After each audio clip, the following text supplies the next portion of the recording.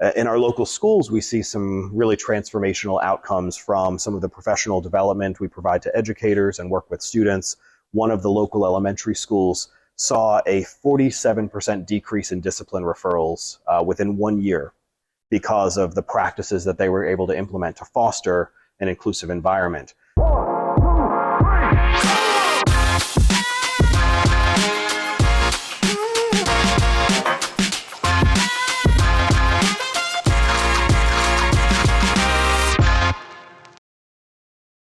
Welcome to America's Healthiest City on ESPN Richmond 106.1, part of the Mike King Biz Media Network.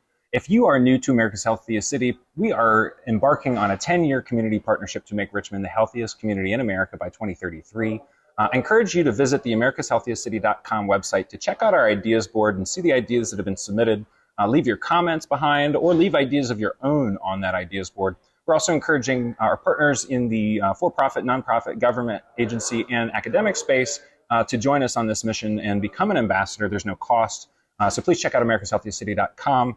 Today, we have Jonathan Zur, the director of the Virginia Center for Inclusive Communities with us. We're super excited to have you, Jonathan. Thank you for joining us today. Thank you. Really glad to chat with you. Yeah, so this is a really important topic now, I think. Maybe not more than ever, but it's really important now. As we know, we've been dealing with some issues around just really getting along in society. So I'm hoping we can kind of talk about this in a way that everybody can understand and appreciate. And we'll start by just kind of getting into your background. One of the things that I start with all of our guests is, what's your relationship to Richmond? Did you come here, or were you born here? I grew up in New Jersey, came to Richmond to go to the University of Richmond. Had no sense of whether this would end up being home or not. Went to the University of Richmond, worked for a bit, went back up to New Jersey and worked for a few years, and then have been here full-time since 2006. Okay. So you came, you left, you came back. What about Richmond drew you back the second time? I think this is a community that I experienced as one of welcome. It feels like a place where it's possible to get things done. I found a really supportive network of friends and colleagues and community members. And I think as a city, it's a place that it's possible to wrap your arms around it, that ideas and relationships can lead to really positive action and outcomes. So I've really been fortunate about that and grateful to call Richmond home. Well, I think a lot of people feel that way, and thank you for sharing that detail. I certainly feel that way. I moved here in 2017 and have felt certainly that it's something that you can wrap your arms around, and it's a place that feels like home. So I appreciate that. So let's talk about your background. University of Richmond, you studied leadership studies as well as rhetoric and communication studies. Talk a little bit about what do either of those mean? How does that apply? Totally. So a high school counselor suggested that I look at the University of Richmond for the Jepson School of Leadership Studies. At the time, it was still relatively new. But what I really appreciated about that experience was the opportunity to think about and analyze leadership. And the Jepson School looks at leadership both as it was, so from a historical perspective, as it is today, so thinking about it from a sociological, psychological, anthropological perspective, and then as it should be, so thinking about philosophical and ethical perspectives. And so I took classes where we were studying leaders from the past, we were analyzing community issues in the present, we were working together on group projects and making presentations. Many of the nonprofits that I partner with today are organizations that I got to know 20 plus years ago as a student. It was a really important educational experience that helped to ground me, I think, in the city. In terms of rhetoric and communication studies, for me, that was an opportunity to think about how to structure ideas, how to take a concept and communicate about it well, think about the impact and not just the intention behind words and actions. And so both of those majors, I think, are things that I'm able to apply and use every day in my work today. So for the audience's benefit, you and I met in 2020. You facilitated the Leadership Quest class of Leadership Metro Richmond. Super impactful experience for me. And one specific lesson that I remember from that is the value of reframing an idea that perhaps isn't resonating with a mass audience. Can you talk a little bit about maybe an example of reframing and how maybe that the value of that study has played out in your work? Yeah, so I think that's been a big part of the societal challenges that we're navigating today.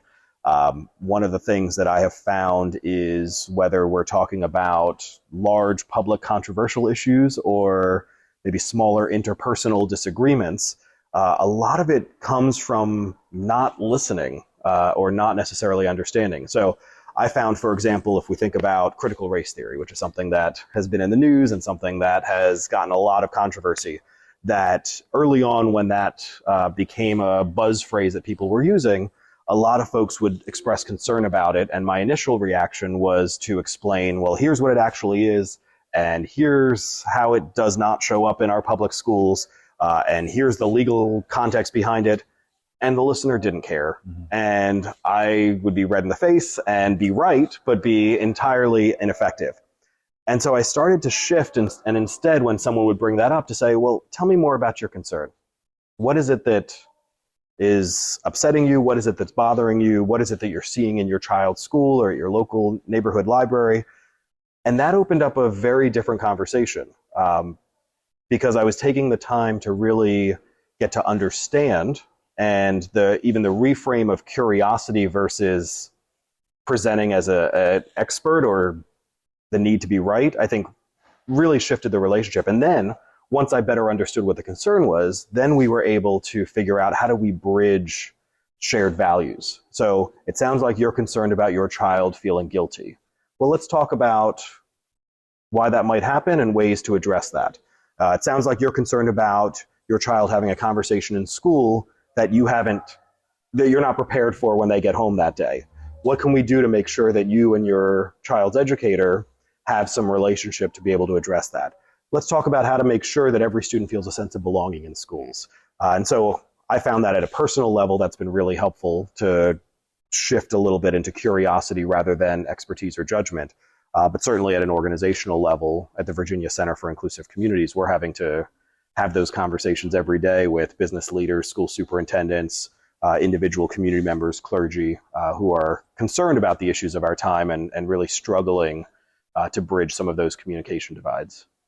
So thank you for that. I want to come back to that, but I want to go back a little bit, because you're speaking, with a ton of authority here, and I respect that. And I want our listeners to know that it's not just 17 years of experience and some time at the University of Richmond, but you have a unique perspective and some experience that you had early in your career. Can you talk a little bit about your work around 9/11? Yeah. So right after graduating from the University of Richmond, I was invited to direct a grant program that was focused on post 9/11 bias. And so it was in the early 2000s, and at the time in the Richmond area, there really were not long-term relationships between Christian, Jewish, Muslim, Hindu, Sikh communities. But after September 11th, there was an increased curiosity, I would say, from some, skepticism from others, and thinking about multiple generations from the first immigrants that came to the United States who were Muslim or Hindu or Sikh to now a second generation. There was maybe an opportunity for those who were now second generation to build relationships in a different way. And so the work that I was doing was outreach, community building, education. There were some clergy who would go around, a rabbi, a priest, an imam, and they would speak to different groups and dispel stereotypes. We had a website that was created to just educate about different religious groups. We worked with a firm in Richmond to develop some public service announcements that aired on local TV. And so that work of really realizing the power of relationship and the importance of objective educational fact, I think still drives a lot of what I do today. I had no business doing that at 21, 22 years old, but it was really meaningful, and the relationships that were forged still are in place today. Well, thanks for sharing that. I think you've provided me with a unique perspective in that, just sitting through Leadership Metro Richmond, I had never spoken to somebody who was Muslim about religion. Didn't know very much about it.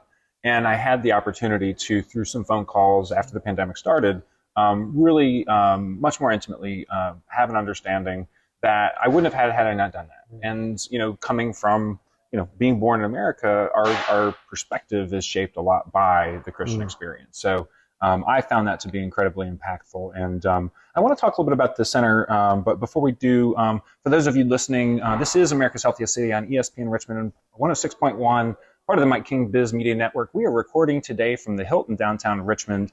We're super excited to be here, and we're grateful for our host, John Carrio, to have us. We're talking to Jonathan Zur from the Virginia Center for Inclusive Communities about the importance of inclusivity. So, John, is John okay? Yep. Let's talk about what your center does. Let's talk about inclusivity as a tenet of what we need to be doing as we move forward. And if you could think about this maybe a little bit, or talk about it from the political hot button that we have right now of DE&I that seems to be a challenge, and I think something that a lot of business people are looking for guidance on. Yeah. So I'll contextualize that a little bit with some history of our organization and then talk about the present day. We were founded as the Virginia office of a group called the National Conference of Christians and Jews, NCCJ, that in the 1920s and 30s was doing groundbreaking outreach to bridge divides and reduce stereotypes that existed about members of the Catholic community, members of the Jewish community. Certainly we saw racism and class divides in the 1920s and 30s. Ibu Patel, who does some groundbreaking interfaith work today, says that the phrase Judeo-Christian values came out of this organization's work in the 1920s and 30s. It's now a common phrase and people don't think twice about it. At the time, it was pretty progressive and groundbreaking. In the 1940s and 50s, this organization's work under the banner of, at the time, Brotherhood, helped to launch National Brotherhood Week, helped to launch a number of initiatives with the endorsement of the President of the United States and others from all political parties. And that work was being a way to position the United States as being a place of inclusion in contrast to other countries where the United States was fighting against Nazi Germany or during the Cold War or during other movements. And so it's interesting to see how this organization's work has been embraced in different generations, even though it's not necessarily been a popular message. And I think today we're navigating a climate where we have some folks who are saying that there's too much pushing of diversity, equity, and inclusion in our society, and others who are saying we're barely scratching the surface and we need to do a lot more. So I think we take that history and it really informs our approach today at the Virginia Center for Inclusive Communities. We're not an organization that is going to be looking for controversy. We're not picking fights with folks. We're trying to elevate the conversation. We're trying to engage folks in really finding where there are some shared values as we work together to make sure that this is a community that can serve all of us. And so a big part of that is making sure that a healthy city is one where everyone feels a sense of belonging. It's one where everyone feels like they can be their full self. And unfortunately, we live in a world, and certainly Richmond is a part of this, where we're not always near folks who are different from us. So if we look at our neighborhoods, if we look at our local schools, if we look at our houses of worship, it's sometimes very easy to not interact with someone who is from another country or speaks a different language or worships in a different way or holds a different racial identity or sexual orientation. And so a big part of our work at the Virginia Center for Inclusive Communities is about bringing folks together, better understanding one another's experiences, building relationships and empathy, and then co-creating spaces that work for all of us. It's not about a win or loss. It's not about someone needing to be on top and someone else needing to be on the bottom. It's really about what does it mean to come together as a community. And so we do that through educational programs, training, workshop forums, retreats. We have a lot of consulting services, and the demand continues to be really steady because I think people are struggling to find evidence-based, proven solutions to make our communities more inclusive and successful. So I see inclusivity as the antidote to bias. And you kind of mentioned earlier that we have this issue where we're around people that are like us a lot. Yeah. And that creates bias. We're kind of thinking, well, we all agree on a thing. Can you talk a little bit about how bias forms in people and how we might think as individuals, how we could overcome that? Yeah. Bias comes from the messages that we receive before we have the chance to say yes or no, good or bad, I accept or I reject. We're getting them from all sources in society. And sometimes bias can be a protective factor. So a parent saying, look both ways before you cross the street, that is a prejudgment that's being made in order to be safe. But one of the examples we use sometimes in our programs is what happens when a parent says, lock your doors, we're going through a dangerous neighborhood? Or if they don't say anything at all, but they just lock their doors, and the child sees that. So all of a sudden, there's now some sort of implied message about what's going on around me. That shows up in our schools if we look at whose information or whose history is taught in our textbooks or who's displayed on bulletin boards. What is the demographic makeup of our educators? If we look at our corporations, who is in the C-suite, who are in roles where there's constant turnover, we can start to see patterns that tell us that there are certain expectations around who plays what role, who belongs and who doesn't, who's considered quote unquote normal and who is not. And so bias, I think sometimes people think about as being this like overt in your face thing. Peggy McIntosh has done a lot of work on this, and she notes that in her own experience, she was taught that prejudice was individual acts of meanness. And so if I don't treat you in a hurtful way, if I don't call you a name, then she says that the messaging she got was, well, then I'm a good person and I don't have bias. The reality is we are all consumers of information all the time. And so I think we need to move out of a framing of good person or bad person and instead really think about what are the messages that I've got and how do they shape when I walk into a room, whether I feel safe or whether I feel fearful. Once I have that self-awareness, then I can act in ways that counter bias. But if I'm not examining it, if I'm not self-aware, if I'm not critical of my own lens, then it becomes very easy to act on the accumulation of the messages I've gotten. So it sounds like bias has somewhat of a vicious cycle to it. If we isolate ourselves, we'll continue to develop a stronger bias. Why don't you talk a little bit about how the Virginia Center for Inclusive Studies works to overcome bias and to bring people together and chip away at that? We find that a big part of the work to address bias is about linking the head, the heart, and the hand. And so for us, it's about providing learning opportunities and exposure opportunities where people are able to reflect on themselves, think about their own experiences, build some greater self-awareness, learn about others, and start to understand and make meaning of the similarities or differences. How is it that I grew up in New Jersey and received these messages? You grew up where you grew up and received those messages. Where are the overlaps and where are the differences? And again, not from a judgmental place, just from an awareness place. And so that self-awareness, the awareness of others, and then the awareness of societal issues. So when we start to take that out of two people and think about it in terms of patterns, we can start to interrogate why is it that some people don't have to think twice about driving and other people have to wonder about whether they have transportation to be able to get to work. Why is it that our buses only go to certain areas and not to other areas? Why is it that you can go 5 miles, and Jim Ryan, the president of UVA, wrote a book, 5 Miles Away, A World Apart. You can go from Thomas Jefferson High School to Douglas Freeman High School and see radically different infrastructure within our schools, access to opportunities, quality of textbooks, on and on and on.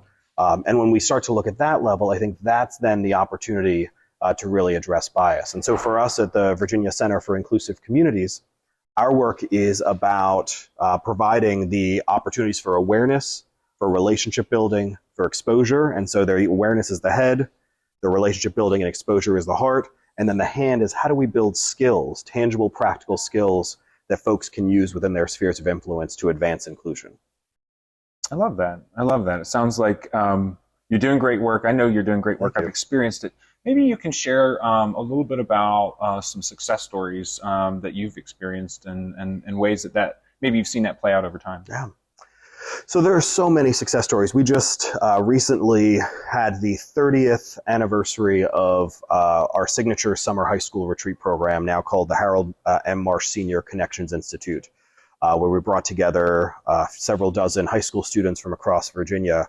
And so as part of the 30th anniversary summer, we reached out to some of the folks from that first class who are now in politics, who are in educational leadership, hospital administration, corporate leadership, and they can talk about that experience 30 years ago and how it helped to shape their values, help them build community, and carry forward what they learned into their professional and community civic work today. And so I think we have individual success stories in significant ways. In our local schools, we see some really transformational outcomes from some of the professional development we provide to educators and work with students. One of the local elementary schools saw a 47% decrease in discipline referrals within 1 year because of the practices that they were able to implement to foster an inclusive environment. They had a tenfold increase in the number of parents who were attending back to school night and conferences because they were engaging in more inclusive outreach practices. And so they went from something like 30 parents attending to over 300 folks attending. And so those are some outcomes that then result in increased student attendance, better academic outcomes. I think at a societal level, one example we're really proud of is an initiative called Unpacking the Census that we launched after the 2010 census was taken, where we were able to see through the work of Dr. John Meeser some of the wide inequities that existed within our region based on race, class, and jurisdiction.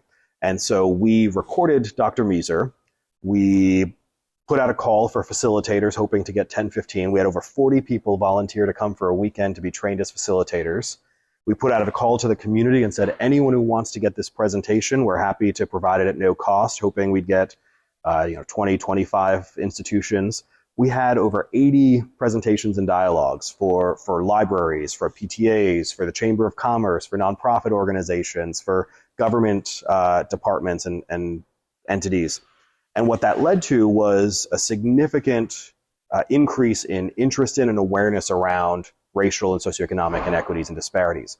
Concurrent with that public education campaign, the mayor of the city of Richmond at the time launched an anti-poverty commission, which then resulted in the creation of what's now the Office of Community Wealth Building. And so we were able to see how our work in terms of raising public consciousness and engaging in community dialogue can result in structural policy changes in terms of the resources and services that are made available to address those inequities. Well, things come full circle. I was literally just in the mayor's office talking about guaranteed income program that's run out of the Office of Community Wealth Building. Yeah. So more stuff to come on that for another guest. But for those of you listening, you're listening to America's Healthiest City on ESPN Richmond 106.1, part of the Mike King Biz Media Network. We are this show on Thursdays at 6 a.m. We're excited to have you here. If you have not checked out America's Healthiest City.com, please check out that website and check out our ideas board, leave your comments, and leave your ideas behind as well. We're talking to Jonathan Zur, the director of the Virginia Center for Inclusive Studies today, about bias, inclusivity, and how we can all be better listeners so that we can have a better society. So, Jonathan, I want to challenge you now and talk a little bit about how we take your work and apply it to what we're doing at America's Healthiest City. So for those who have been tuning in, and I'm sure to your knowledge, we're interested in listening to everybody in the community, because it's going to be everybody who has to believe that we can move the needle if we're actually going to move the needle. So do you have any advice that you might share for those who have invested their time and energy in America's Healthiest City in this 10-year pursuit of, how can we be better listeners? What questions can we ask other people so that we can actually have the experience of understanding? Yeah. A few thoughts come to mind.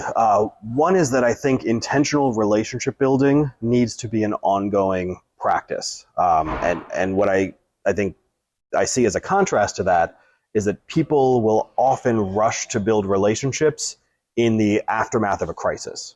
So if the first time that I try to have a conversation with a neighbor of a different racial group about race in our country is right after Charlottesville, August 2017, there's already a profound divide that's there, and maybe some skepticism that wouldn't be there if we were having that conversation as an ongoing practice. And so I think intentional outreach and relationship building is really critical as an ongoing practice rather than something that is only after an issue hits the news. We see that happening far too often. I think the second piece, and I had a mentor share this years ago that was really helpful to me, is when I hear something that doesn't land well with me, respond with wonder rather than judgment. I think it's really easy to respond with judgment and to hear something and say, well, that person's an idiot, or I'm going to change the channel, or I'm going to block them on social media. And instead to pause and say, I wonder how it is that we both live in the same community and experience things or see things so differently. I may not end up agreeing with you in the end, but if I respond with judgment, I've immediately shut you down. I've immediately closed off from the opportunity to really build a relationship. If I respond with wonder, then I have the opportunity to ask questions and seek deeper understanding. And then I think the third piece, which is part of that wondering, is to notice patterns. So I find that when I go into spaces, I immediately think about who's around the table and who's missing from this room. And why is it that some folks are missing from this conversation? Are there things that I am doing that are making this space one that other people don't want to be in?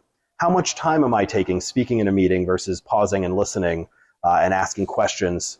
If I ask someone if they're okay, or am I creating a space for them to tell me if they're not, or am I just expecting them to nod and smile and keep going?